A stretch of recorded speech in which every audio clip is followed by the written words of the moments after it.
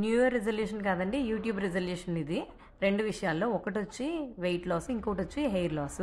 So, weight loss గురించి separate videos చేద్దాము. ఇందులో ఏంటంటే మనం hair loss and hair growth మీద కాన్సన్ట్రేట్ చేద్దాము. సో, నా హెయిర్ చూసారు కదా, ఫస్ట్ పిక్లో చూపించాను. అలా ఉండేదండి, మరీ లెంతీగా కాదు కానీ లెంతీగానే ఉండేది. చాలా బాగుండేది హెయిర్. చూసిన వాళ్ళందరూ దేవి హెయిర్ బాగుంది, దేవి హెయిర్ బాగుంది అనేవారు అనమాట. అలాంటి హెయిర్ని నేను మార్చిలో మా బ్రదర్ మ్యారేజ్ అయ్యాక ఏప్రిల్లో కట్ చేయించేసాను బాగా షార్ట్గా. అయితే ఎప్పుడైతే నేను షార్ట్ కట్ చేయించానో అప్పటి నుంచి ప్రాబ్లం స్టార్ట్ అయింది. నాకు మామూలుగానే కత్తిరి పడదండి. అలాంటిది హెయిర్ కట్ చేయించిన తర్వాత బాగా హెయిర్ లాస్ అనమాట. ఎంత దారుణంగా అయిందంటే, మనం నుదుటిలో కుంకుమ పెట్టుకుంటాం కదా, ఆ ప్లేస్లో పెద్ద హోల్ వచ్చింది.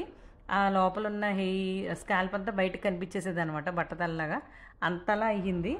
అప్పుడు అనుకున్నాను, ఇలా అయితే కుదరదు, మనం బ్యాక్ టు నార్మల్ చేయాల్సిందే హెయిర్నని. సో, దానికోసం ఎప్పుడు ఏదో ఒకటి చేస్తూనే ఉండేదాన్ని, కానీ మళ్ళీ ఆపేసేదాన్ని, అంత మరీ స్ట్రిక్ట్గా కాకుండా.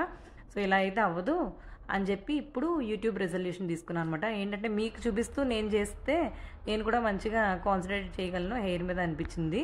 సో, దాని గురించి ఇక్కడ నుంచి weekly 1 or 2 hair care videos చేస్తుంటానండి.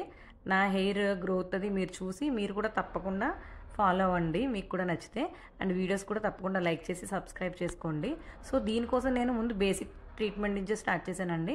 ఒక బౌల్లో ఆయిల్ తీసుకొని, కోకోనట్ ఆయిల్, అందులో కొంచెం మెంతులు, కొంచెం కరివేపాకు వేసి డబల్ బాయిలింగ్ మెథడ్లో స్టవ్ మీద బాగా ఆయిల్ని హీట్ అయ్యేలా చేశానండి.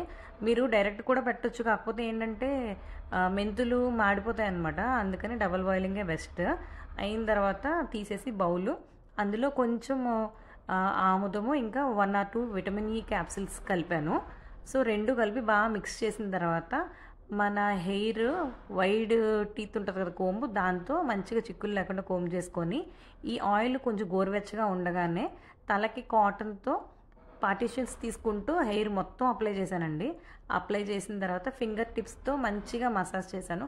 మీరు చేతులతో దెబ్బ బాదేయకుండా ఫింగర్ టిప్స్తోనే అలా మంచిగా మనం మసాజ్ చేసుకున్నాం అనుకోండి స్కాల్ప్ మీద, ఆ రూట్స్ దగ్గర ప్రెషర్ అప్లై అయ్యి బ్లడ్ సర్క్యులేషన్ అన్నది బాగా జరుగుతుంది అనమాట.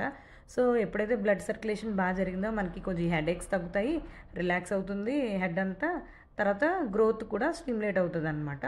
సో, ఇలా చేసిన తర్వాత నేను రేపు హెడ్ బాత్ చేస్తాననగా ముందు రోజు చేశాను ఇలాగా. మీరు కావాలంటే ఆయిలింగ్ చేసుకున్న తర్వాత 1 or 2 hours తర్వాత హెడ్ బాత్ చేసేయచ్చు. సో, అదండి, ఇలాగే మనం హెయిర్ కేర్ వీడియోస్ చేద్దాము. తప్పకుండా ఫాలో చేయండి ఛానల్ని. ఇంకా thank you so much for watching. Bye.